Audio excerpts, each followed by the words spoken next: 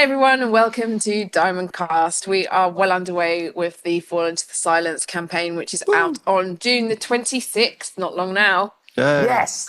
So are you guys excited? Yeah, absolutely. I'm excited, and I believe that's in 4 days from now, if my time circuits are correctly. Because as you guys know, we always film this a few days before it actually goes out.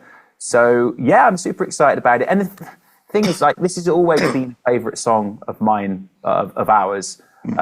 One of my favourite songs of our set, if that makes sense. And I'm so excited about it finally coming out. We've always had great responses to it live. It's one of the songs that we get people to sing along to, even if they've never heard it before. So we kind of, before we do the song live, we always explain how the chorus goes, and people pick it up really soon. So that's great. And I'm super stoked that now it's going to be out there. People can learn the words properly and then sing along when we see them on the tour in October. So it's really exciting. Nice. That's definitely really good. And I also promised to learn the words properly because I totally didn't learn them this week. And So there's actually, we know we're going to talk a bit about the lyrics today, and there's a very valid reason as to why that happened in terms of you sort of mixing the verses up a bit, which we can talk about in more depth. Oh, that's interesting. I'd like to know that. Yeah, cool.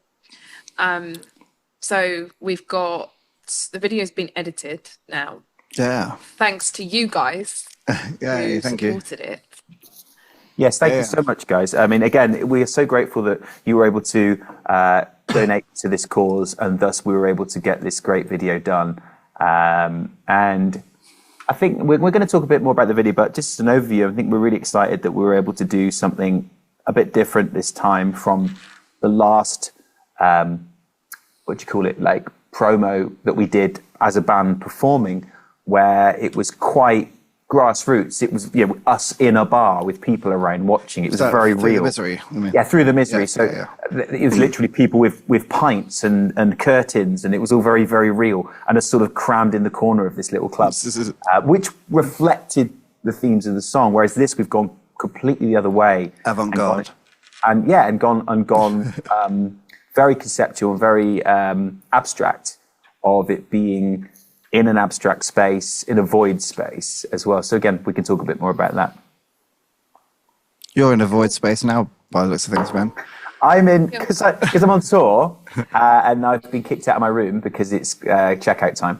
I'm in the meeting room in the hotel, which I was so fortunate that I said to them, look, is the meeting room free? Can I use it? And I was expecting them to go, yes, you must pay 50 euros an hour. But they just said, yeah, you can use it. So I'm here by the overhead projector ready to do a presentation. You're going to do a presentation, a PowerPoint? Yeah. What country are you in? Germany. Germany? Germany, yeah. Very nice, very nice. What's your favourite thing you have eaten so far? Well, good question, one important question. Well, I'm in the west of Germany, and it's very close to France. So I actually went over to France and had some French jaunt. Yeah, it was. Yeah, and had some very nice traditional French fare over there in a little town square. So that was delightful. Cool. French fare, as in FARE. Yeah. What, croissant? And a croissant. Yeah, a croissant. That's what I had. You can get them in Germany. No. Not the same. Not the same. I would tell you what it was called, but I couldn't pronounce it. But it was very good. Oh, I see. I thought you were just being really vague. No, I can't say what it is. I literally can't say it. Cool. Although, but it was the best thing you ate. Yeah. Although I was really impressed that actually I do know quite a lot of, well, I say quite a lot. I mean, in comparison to my other linguistic abilities, I do know quite a lot of French. Important things like, can you tell me the way to the patisserie, and where is the train station? Did you study French at school? I did, yeah, but I got a D. So, I got a D. But you can only go to the patisserie via the train station if it's on the bus. No, I know l'autobus. Okay. But I also know really important things like je suis un petit cheval rouge, which means I'm a little red horse. Yeah, I see, he's got it. Yeah, he's got it. You sound insane though if you say that to people. I know. Well, that's the idea. And if you said je suis un petit is it cheval? Chaussette. That is shoes. Socks. Socks. Socks. Oh, let's Oh. get shoes and socks mixed up. Be the sock. Oh, Shoes are Be the chaussures, sock. aren't they? Oh yeah, one. And What's happened? chaussettes is socks, I think. Wait, should I just double check this? Wait, what's happened to me? I've gotten all weird. Yeah. I'm just waiting You were for talking it. about your limited French knowledge, and then Yeah, so I got a grade D. got a D. I got a Oh, grade nice. D, yeah. Which is if And then what did I you don't know get? if you guys know the grading system that we have in the UK, had in the UK, which is A is the well, actually A star is the best, and then A, then B, then C, then D, and then E, and then F is fail. So I guess I passed, but You can also get a U, which means ungraded. well, like Oh, it's well, I so just couldn't be bothered to just finish it. So bad that you didn't get an F, I think, well. because I think they changed it to F, meaning just it was. I don't know. I never really got any of those grades, so I don't really know. So. Yeah, absolutely. Of course you didn't. Yes. Not that they're not. It's a bad thing that if you do, but like I know a guy that got into my university with one U Really? in his A levels. Yeah. Because his portfolio was good and he had a good attitude and he didn't care about anything. He was just like, He studied "I wanna art, make this thing." right? So I guess it's I went to art school, yeah, but Yeah. he did was like he was like a computer genius, but he didn't give like two hoots about exams or exams. like rules or anything like that. But he was like a computer hacker basically, really smart. Yes, some people are like that, aren't they? They're just really, really good at the craft, but they don't like the infrastructure of doing exams and that, and they find their own path and their own way of doing it, which is fine if it works for them. Yeah, absolutely. I mean, the exam system is completely, tailored. It's not tailored specifically for everyone, and it's very difficult for some people to. Do you reckon AI will make that easier? So you can have a personalised AI tutor or That would be amazing. KCC, Like if every or kid has a suits you. personalised tutor to go at their pace, so then the really smart kids don't have to be held back in the class, and the kids that need extra help can get the extra help that they need without having to not understand stuff that's going on. So everyone can Yeah, and I learn at the think pace they need. we're discovering now it's not now these days that someone's level when it comes to understanding a subject isn't necessarily about being better than another. It's a different way that we process information. And I've known people who are extremely intelligent. They just can't deal with the way that the learning system is, but they know the stuff. It's just the way that it's presented traditionally doesn't work for them. And then they're like labeled as, oh, you're stupid, you don't understand it, but they understand it in their way. So yeah, absolutely. As you guys are saying, if there was a way that was more tailored to people's specific learning processes, it would be, that would be ideal. So that's why I'm so. When I got to my exams, I just stopped trying because it was too easy for me. Not that I'm not showing off or humble bragging, but like I just checked out because I knew everything already. So I was like, and then it's probably the worst time to check out of everything. So that's when the exams were. So yeah, it would help if you could have some sort of tailored teacher. Exams are very, very high pressure scenarios. You go into a completely unfamiliar environment for 3 hours in this like deathly silence. 3 hours. Like that's the worst thing because I talk to myself all the time and I'm just like moving and fidgeting and stuff like that. So you have to be silent for 3 hours. Plus, you're surrounded by people who perceptibly seem to be doing better than you, like scribbling away, asking for more paper, and you're like, "Why haven't you done the first question?" They're trying to psych you out. Yeah, and then when you walk out of the exam, they're like, "Oh yeah, that was really easy," and you're like, "No, it wasn't." Yeah, exams nightmarish. For my creative writing exam, one story I'd written, which was 2 sides of A4, had been given an A star in the Coursework. My course. Yeah. So I memorized the entire story word for word and wrote it down for my creative writing exam. Wrote it down, finished it, sat there. This other girl next to me, she writes loads. She was like, she asked for more paper, and those books like 12 pages long. She asked for more paper. I was just sitting there like, I'm getting an A star. You're still writing. That's creative. Did it work? Of course it worked. Yeah. That's brilliant. Well, what my teachers used to say, which was quite reassuring, was they said if people are asking for more paper, they're probably writing too much, as in they're not being succinct. They're just like rambling. Correct. Yeah, exactly. And that always got it into the point of the test is to get all of what you have to say in the book that they give you. Yeah. Otherwise, you're just like going off on one.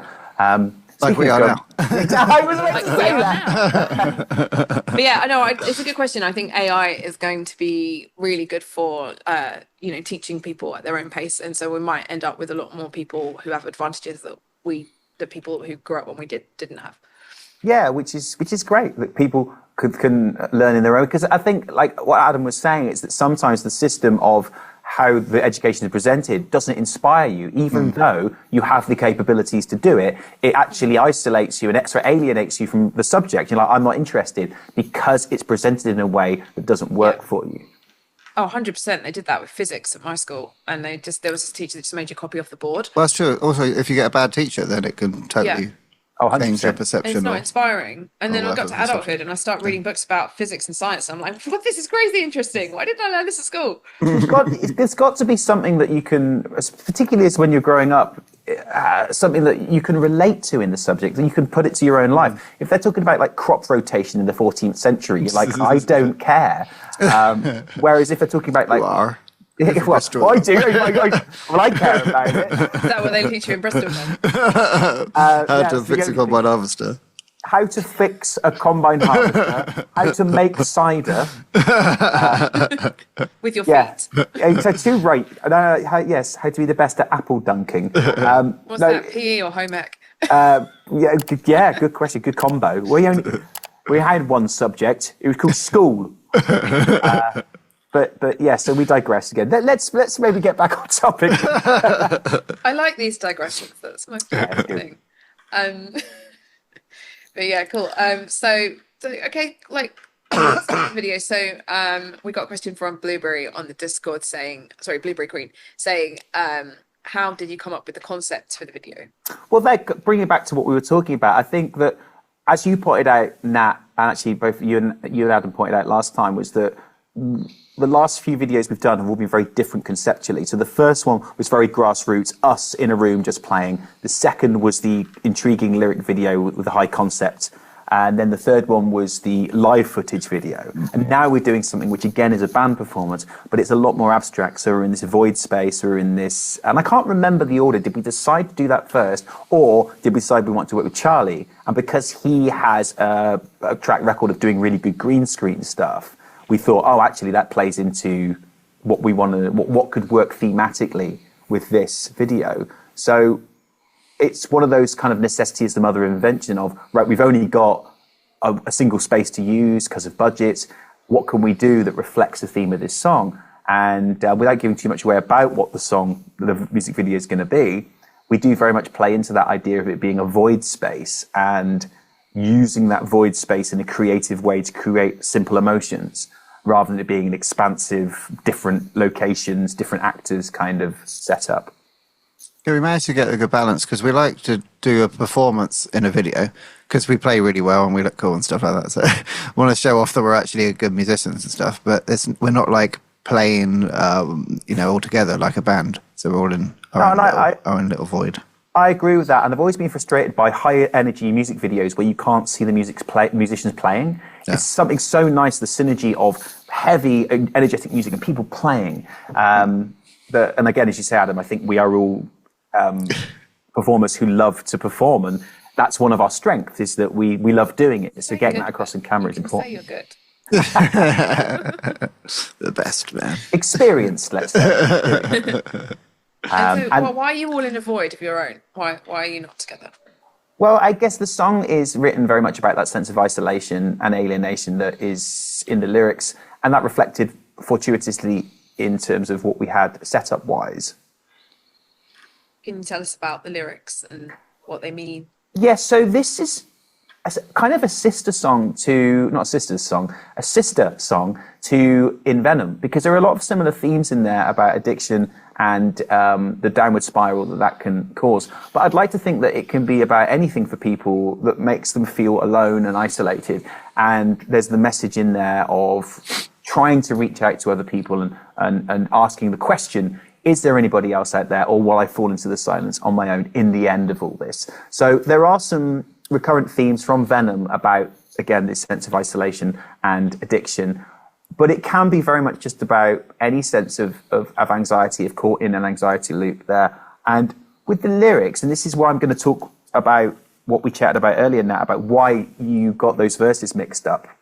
Yeah, so, wait, for context, I was writing freely without looking at the lyrics on the spreadsheet of what we have planned for the campaign. And I said, oh, wouldn't it be good if we did this with social media? And I wrote the lyrics, which I thought were one verse, on the spreadsheet, and then Ben thought that I meant to join them together because I couldn't have possibly got the lyrics wrong. But I did. You couldn't possibly. Well, no, but you're very, very attentive and you're very sensitive to detail like that. So I did think you'd done it on purpose. I am sorry. Because you've chosen those live up lyrics. to your expectations.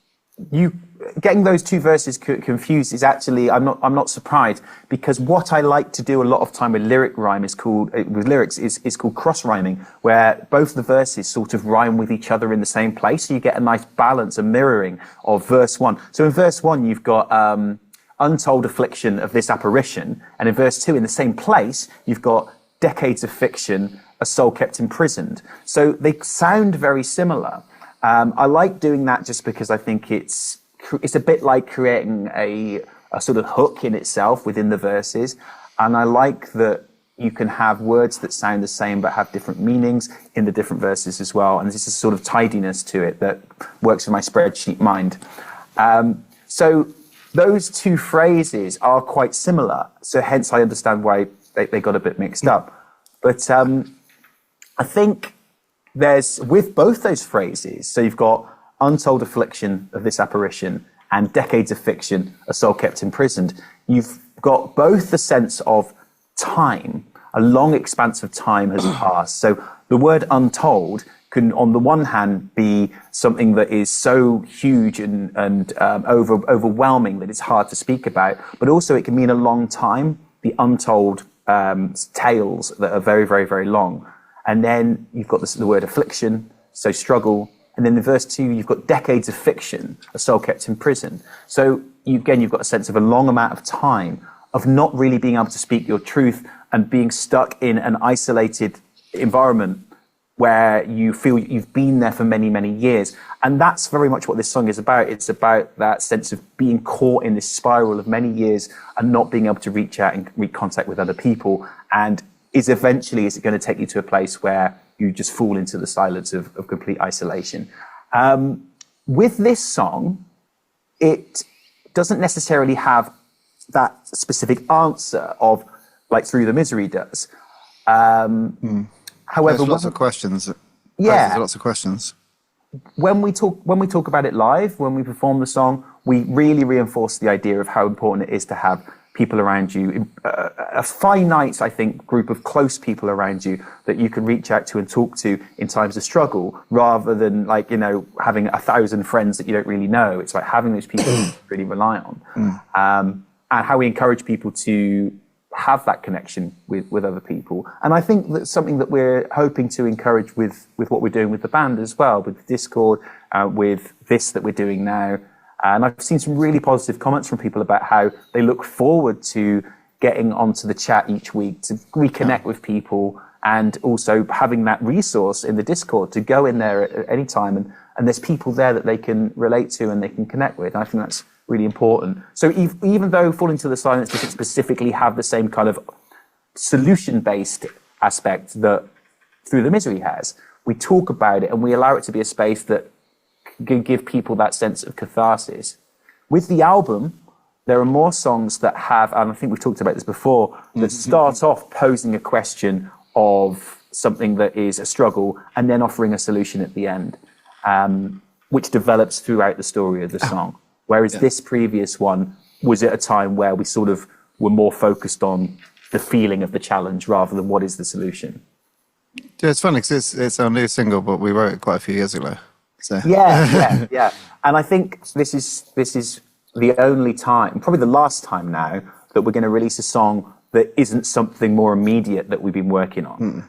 Now we've got a much better workflow of writing stuff and putting it out with this album, whereas this will be the last song, I think, that is actually from a slightly different era, but still reflects loads of the themes that we have now. Judy says, has the album got a title yet? Well, we have actually had some discussions about this, and we've had some good ideas. I think that it might be something that will become more obvious to us when we've got the 10 songs in front of us finished, and we're like, right, what do we call this body of work now? And I know you guys have all worked on albums before, and you don't really know what are going to be your favourite songs or the singles or the order until you've heard them all. What do you think, Adam? I quite like the idea of doing self-titled, to be fair, just calling it Diamond Black because it's like first album out there. It's like a statement of intent. This is your introduction to the people. Kind of, yeah. It's like, this is who we are kind of thing.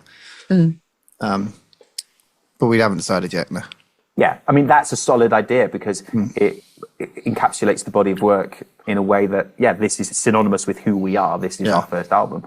At the same time, let's see what happens because it might become really apparent that actually this song really the particular song really embodies the message of what this album is about. Would you pick a song title for the album title, or would it just be a title that's not a song title? A really good question. Yeah. And I know we both, all three of us, we love albums that have both, that have an album title. Sorry, what do you call it?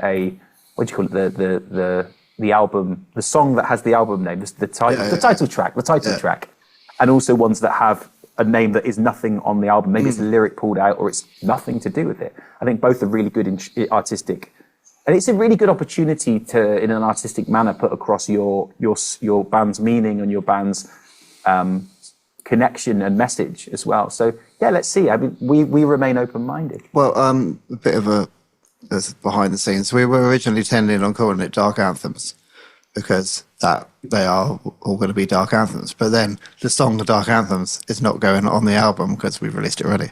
So that would be a bit confusing if we kept that title. Yeah. I mean, some bands would do that. Like, I know there are some, like, for example, I always find it very bizarre that the band Def Leppard, their first album was called On Through the Night, and on the second album they did a song called On Through the Night. Oh, that's just going to mess with. It's just confusing, isn't it? But yeah, On Through the Night wasn't on the album called On Through the Night. No. I really love that phrase. Or maybe it was one they wrote and then never made it on the first cut. That's a good point. Yeah, they just didn't think it was quite good enough for the album, but then decided to keep it as a title. Yeah. On album number 2, I'll run out of ideas. Let's put it on that one.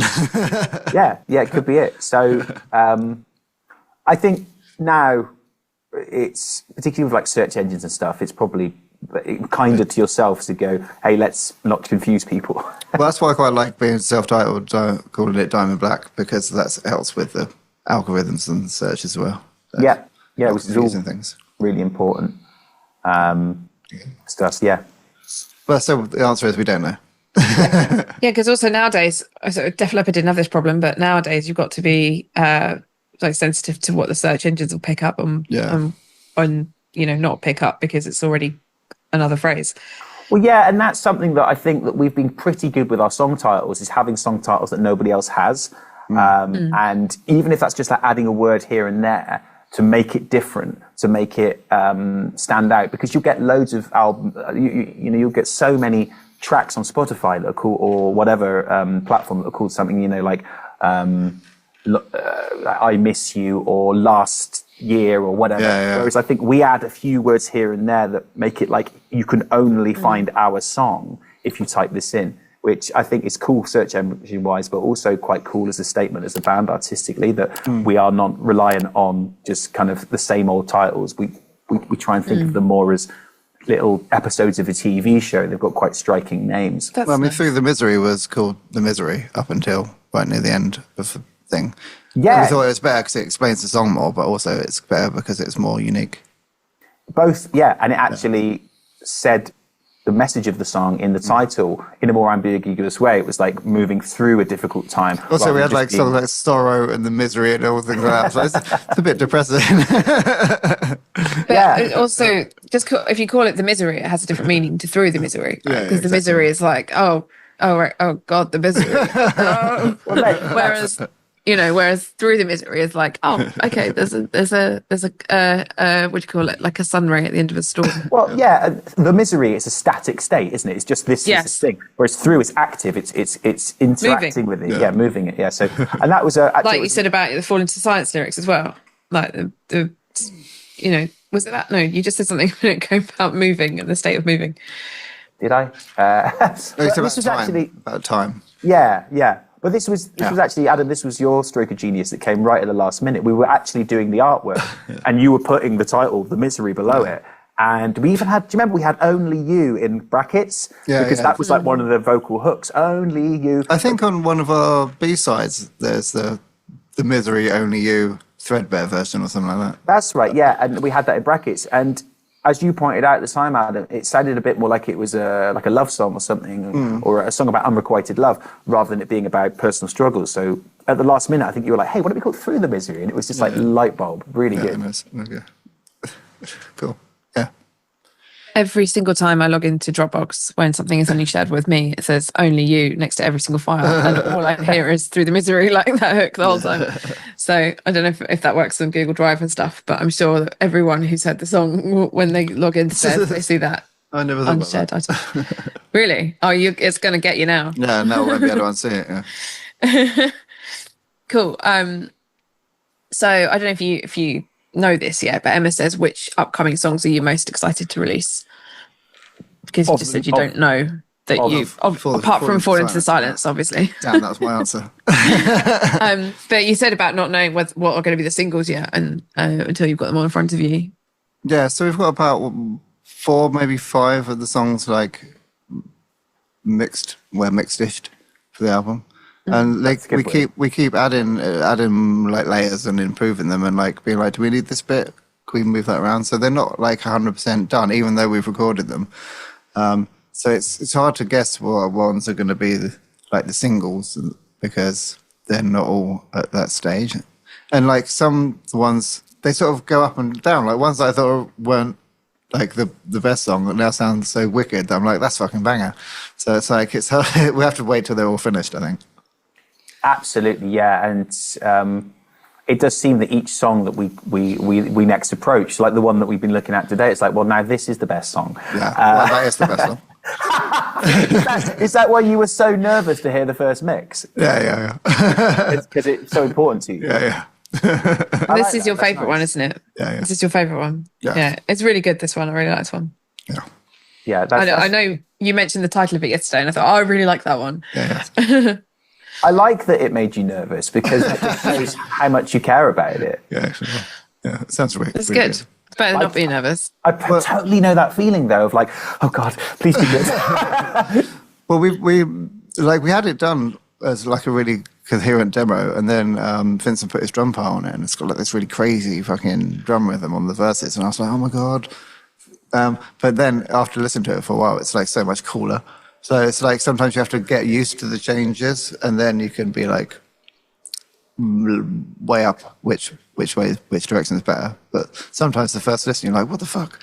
Well, I'm like that. Totally. Because it's different to what you know. And you're like, I liked it then. I didn't think I could like it anymore. And then you think, oh, well, actually, it's got a new dimension to it now. You've got to be like, sort of be objective and take a step back sometimes. Yeah, and I love that at no time has anybody from this come in and gone, you're not doing that, we're never doing that. I can't believe you even thought of doing this. Like, okay, let's give it some more listens and see how we feel. And particularly, my kind of barometer of it is that if more than one other person thinks it, then it's probably correct, because I might be too emotionally attached to an idea rather than someone who's like objectively going, yeah, but we don't need it in the song. And if two people are saying that, I'm like, well, it's probably true then. Yeah, and I'm always trying to give feedback, like we said before, that's like what's best for the song, or like, if I was listening to this for the first time, what would I think kind of vibe, rather than trying to be as you have to be objective on something incredibly subjective. Yeah. Because it's something you wrote and you're going to have to perform for many years. So it's like, okay, but how do I make sure that I remain objective about this? But also you should also include how you feel about it, because it's your baby essentially. Just like what we were saying before as well, I think in another cast, it's like also being like, don't add, not adding in too much. Like sometimes you keep going on forever and adding more layers and being like, should we do this? Should we make it? How interesting is too interesting in a song? Like, what is it? Just going a bit, needs to step back to reality a bit. Yeah, exactly. Just because we're bored of an idea, it's not good anymore. And yeah, I think with this one today, I think what's been interesting is that it's actually, I think we've all agreed that it feels like it's almost there quite quickly, whereas some of the other ones we've been going on back and forth for a week or so about maybe that should be on this and this should be that, whereas this feels like everybody's quite like, yeah, this is pretty much there. And I guess with art, that can sometimes just happen of this is good, and we all agree. We just naturally feel that this is right. Whereas other ones, it's can be a lot more. Is this the right thing? Do we quite strong different opinions about stuff? Yeah, it sounds wicked. Well, I hope you guys are looking forward to hearing them because they sound great. Judy says, "Will there be a Fall Into the Silence T-shirt?" Sorry, Ben. I just. Oh no. I didn't really have anything particularly important to add. I just want to ramble on about how much I like the songs again. So ramble away. As we're watching this album come together with the mixes, it's really nice to see how there are really no two songs that are the same in terms of. We've been really, I think we've put a lot of thought into different tempos, different feels of songs. Like we've got the shuffle song, we've got certain songs that are just straight in with the vocal and they're very melodic, and other songs that are more epic, they build up. The keys of the songs as well. So I think it's important when you listen to songs on an album that the next one, if there's the next song has a different key to it, it just feels like a different color and a different vibe, a different texture straight away that you play into this next song. And I know there are certain bands where, because they play in certain tunings, they pretty much have all their songs in the same key. Whereas I think we've been quite mindful of stuff like that as well. So it feels like an album's worth, a body of songs, rather than songs that we've done and just chucked together on a recording. Yeah, like the production and the sound of it ties them all together. They all sound like us and it all sounds consistent, but they're all different songs. Yeah, it doesn't sound like it's different bands or anything, but like it all fits together quite well. And the voice of each musician, in terms of their instrument, is consistent across the album as well. And it's that really great balance of, in terms of certainly what you and Vinny are doing, of sophistication and complexity whilst working for the song and being there, like if people want to really listen into like, oh, wow, listen to that bass fill there, or that drum thing is amazing, but not distracting and taking over the song. It's really a nice balance, I think. Every instrument has a little bit to shine as well, which is quite nice. And in most songs as well, there's always like a nice little run or a nice fill or a nice vocal or whatever. Well, all the vocals are nice, but you know what I mean, like a highlight. Adam, are you going to design a Fall Into the Silence? Yeah, I better do, isn't it? Yes. Come on, chop chop. It's coming out on the 26th. Okay, cool. Yeah, I'll think about one. Okay, cool. That's cool. Yeah, we're gonna drop. I don't know if we've dropped the rune by now or not, but we're going to drop the rune this week. Bloody, what's the word for it? Hoodie that I designed, which which I need to get up and going. We were talking about doing. It's too hot for hoodies now. It's bloody June. We were talking about hoodies like a couple of months ago on the cast, and I designed one. We haven't put it out yet. Or just bring it back in like October or something. Yeah, I'm pretty sure people would be happy to have a hoodie. Summer vest. I could do a vest. It's summer. Yes, finally do a vest. Something I can buy. It's been like gagging for a vest for like the past 2 years. Yeah, we'll do a vest. Yeah, I'll do a Fall Into Silence t-shirt and then a vest, and then we'll bring the hoodies in when it gets colder. Plan. That would be great. That would be so cool. We can actually have South by Southwest Festival. Great.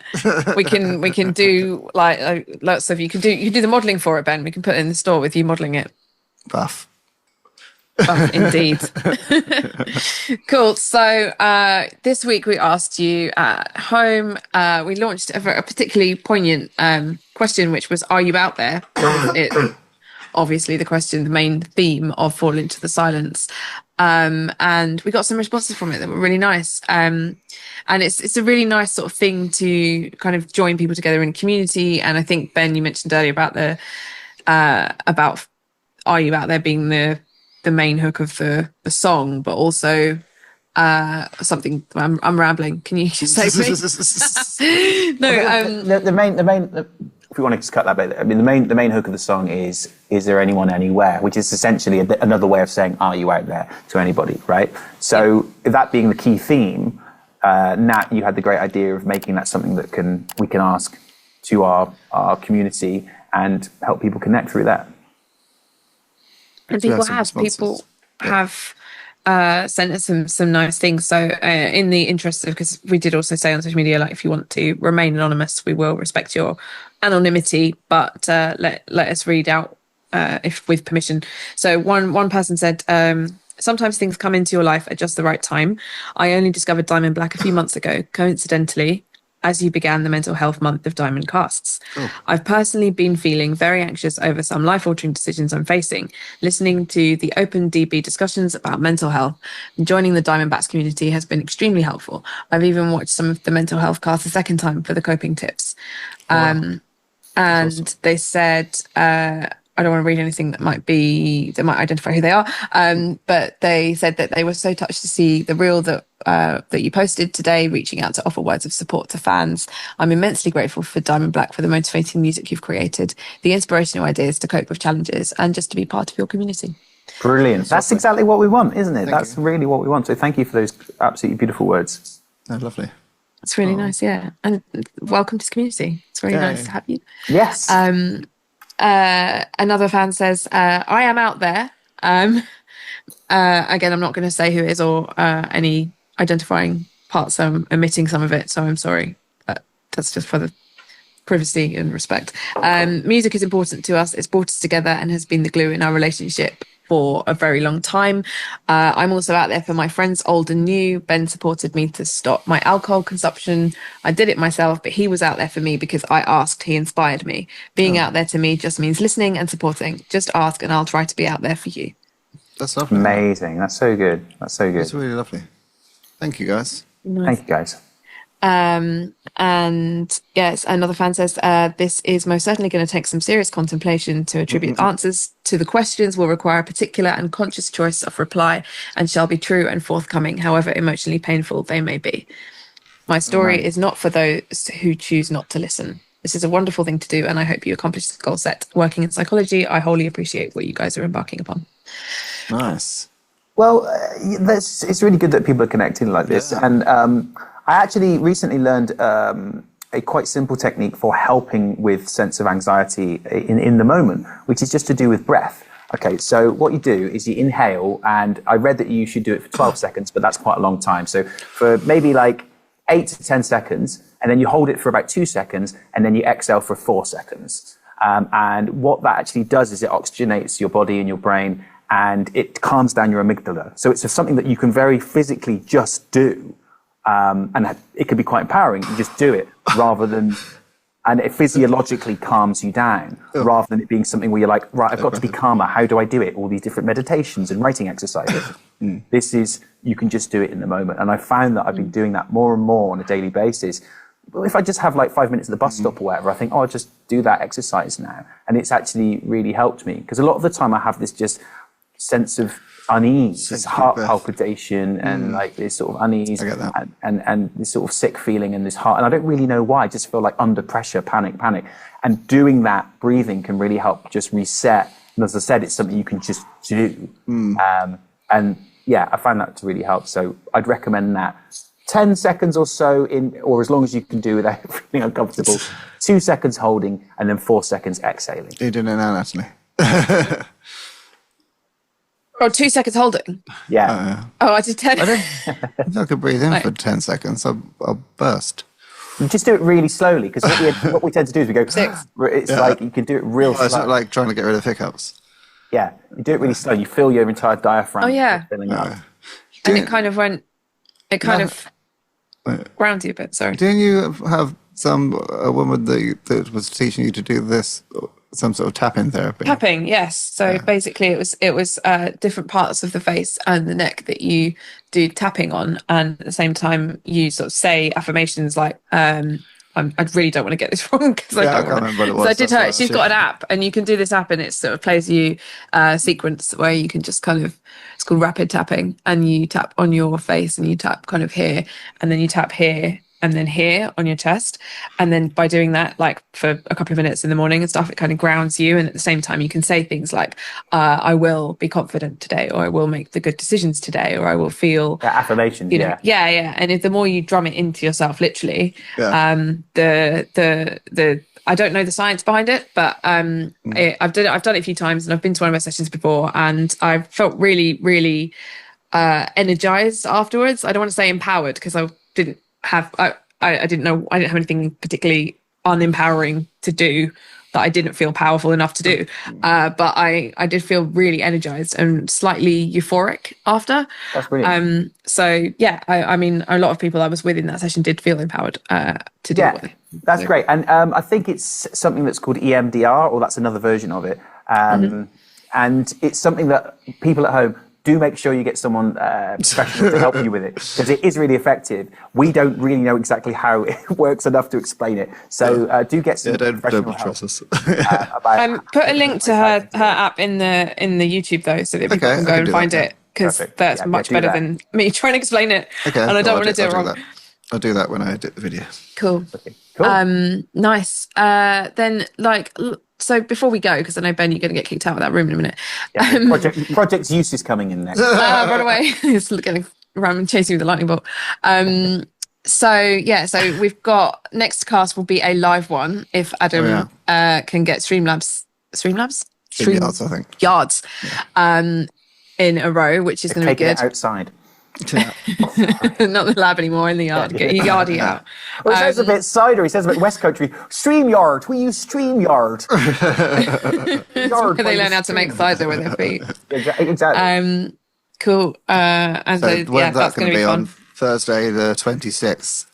Thursday 26th at 7 p.m. UK time. Yeah, be there or be a square. It's the next one, and it's going to be live. So all of the usual cock-ups that you don't get to see because Adam edits them out will in fact be there. So yeah, mostly mine, all of mine. And then nice. So thank you ever so much again for everyone who's contributed to the fundraiser. Your names will be in the credits. That's it now. We're not taking any more because Charlie's done it. Yeah, exactly. So I'm going to post out all the supporter packs as well now. Yes. And then when you get when you get the little supporter packs, if you could do a little reaction video or a photo or tag us on socials, that'd be sweet. Oh, that'd be nice. Yeah, and if you've any way that you see or do a video reaction like kind of thing like that, or or a little clip, or a photo, or if you don't want to be in it, then put your pets in it, because that's always quite a fun one as well. Yeah. Or soft toys. Post their pets. Oh yeah, or cuddly toys. Or cuddly toys. Maybe we could get a menagerie of cuddly toys on Discord. Sorry, it's supposed to be a serious rock band. Menagerie of cuddly toys. Cool, lovely. Thank you very much for joining us. See you guys later. Next week. Bye. See you for the release.